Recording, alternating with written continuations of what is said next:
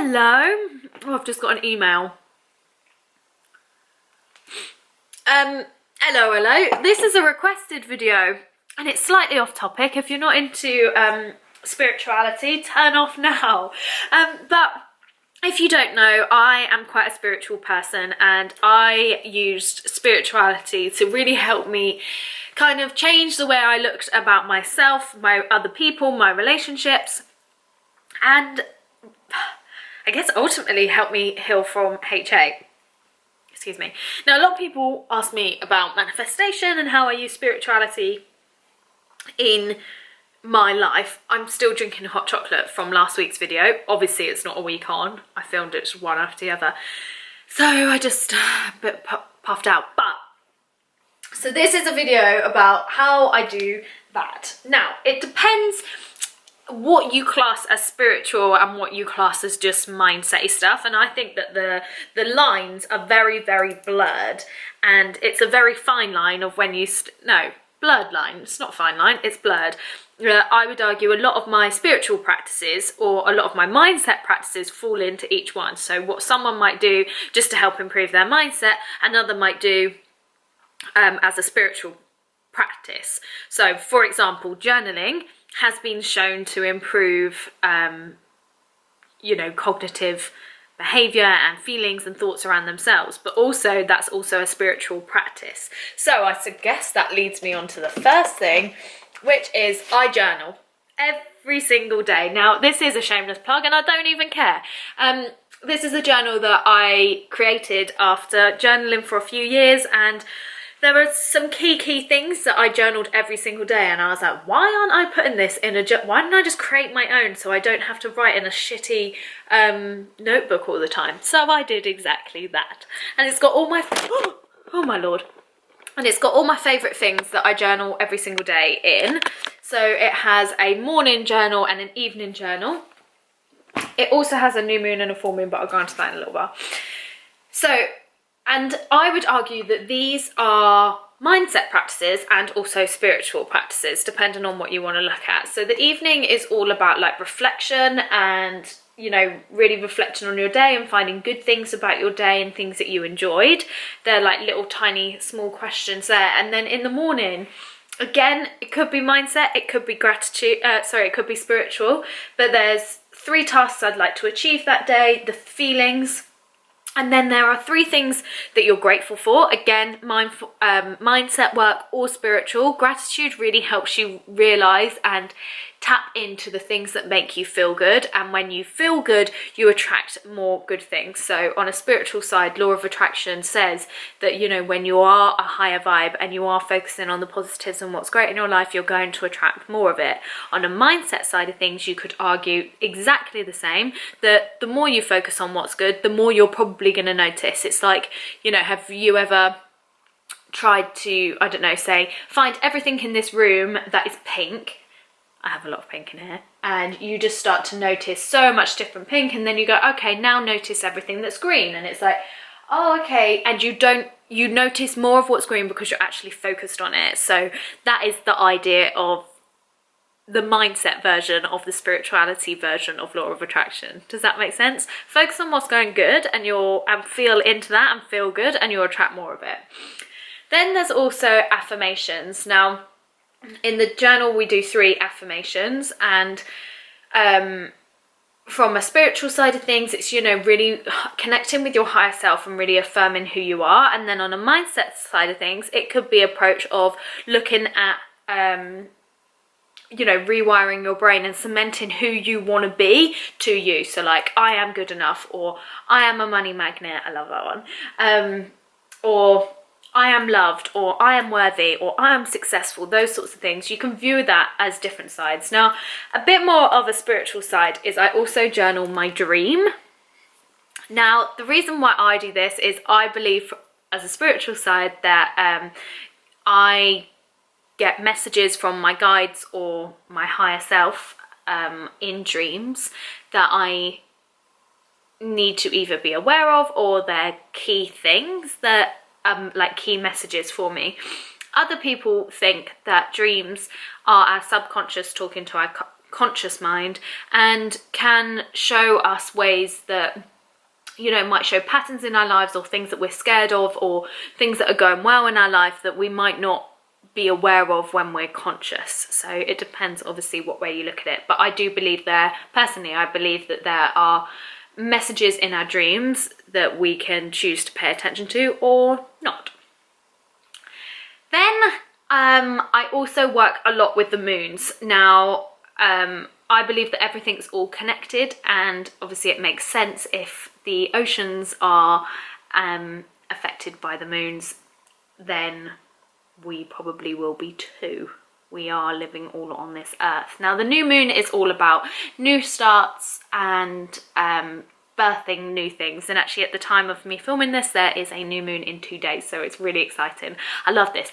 A new moon is all about like a time where you really start to think about what it is that you want to start manifesting, what is it that you really want in life, and you can start to really put those little bits in place. So is it having your period back, and you can be like, okay, I'm gonna really sit with myself and start to manifest this and birth that and start to really work on that. And so new moon's all about starting something new, and then the full moon is where it's obviously the moon's the biggest, it's the brightest light, and it's really about bringing it all together and really shining the light on everything that you've been working towards over the past 2 weeks from the new moon, and bringing to light everything maybe that you might want to learn from or where you need to work on. And then the 2 weeks after, roughly 2 weeks after the full moon to the next new moon, is the time that you really reflect and you wrap things up and you finish things up that you might be starting,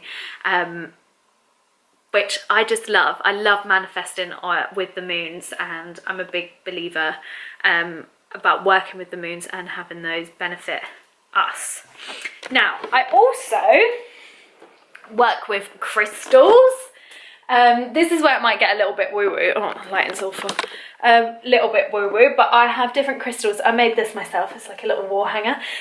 I work with crystals. Now, crystals are said to have energy in them and can really help us heal us. So if you are, you know, wanting to welcome in more love, you would have a rose quartz, which looks a little bit like this, and they're basically charged with really good energy. So amethyst, which is this one, is really good for protection. That's black tourmaline, which is a real good protection stone as well, that really helps clear out negative energies. And I just have them kind of dotted around my house. So I've got a moonstone, which is really good for fertility. That one was actually gifted to me, and I just believe in having, like, making sure that, you know, we are having good energy here. So I use things like sage and things to clear out like the negative energy in my home. Now, or you might all think I'm a bit of a woo-woo, but I just, yeah, I got into it and I was just like, do you know what, this really, really works for me. And there's actually, I got given this moonstone, and the next day I came on my period after not having it for 2 months. I skipped it for 2 months, and then I got given this, and then I had it. So with the crystals, you charge them under a full moon, and that's where they really start to work with those properties. So you could either like carry them with you or have them around your home. And I love them. I really love them. I also meditate quite a bit, so again, that's also to clear the mind, but I'm also a big believer that meditation helps me get messages from my guides. If you think I'm a nutter, that is absolutely fine.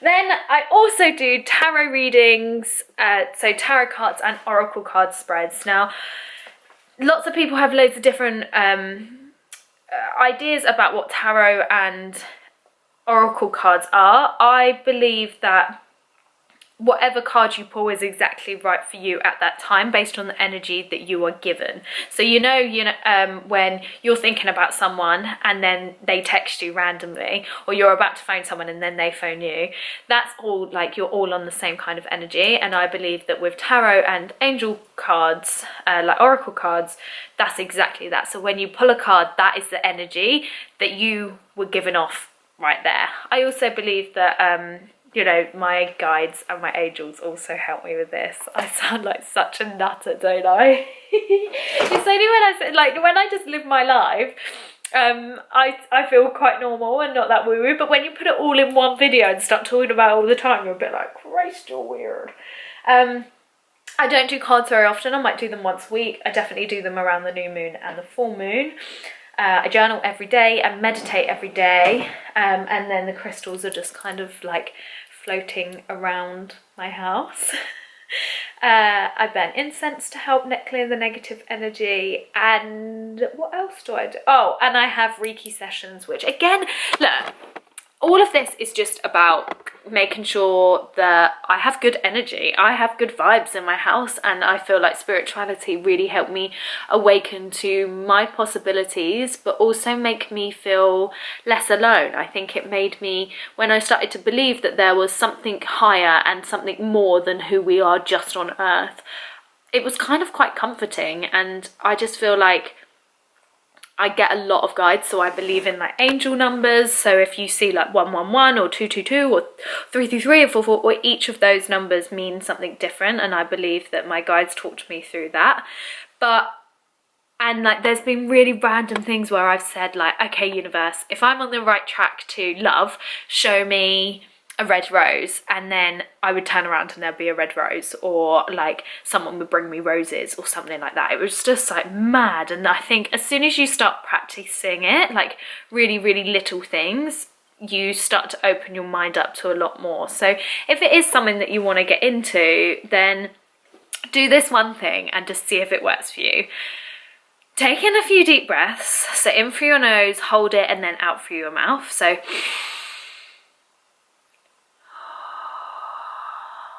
just really calm and ground yourself.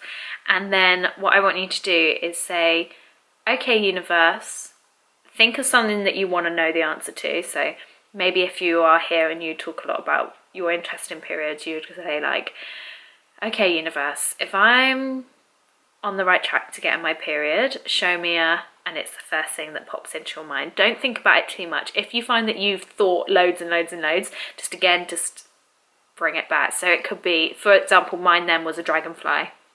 Other times it's been like a frog or anything, you know, and it could be whatever. It doesn't have to be an animal. It could be a flower, it could be a pencil, it could be a pen, but try to be quite specific on what it looks like. So it might be like a green fountain pen or something like that. And then just keep your eye out and to see if your guides and the universe speak back to you. Anyway, that was a requested video about all my woo-woo hippie shit. I hope you enjoyed it and a little bit more of an insight into the weird person that I am. If you did, please can you give this video... Oh, looks like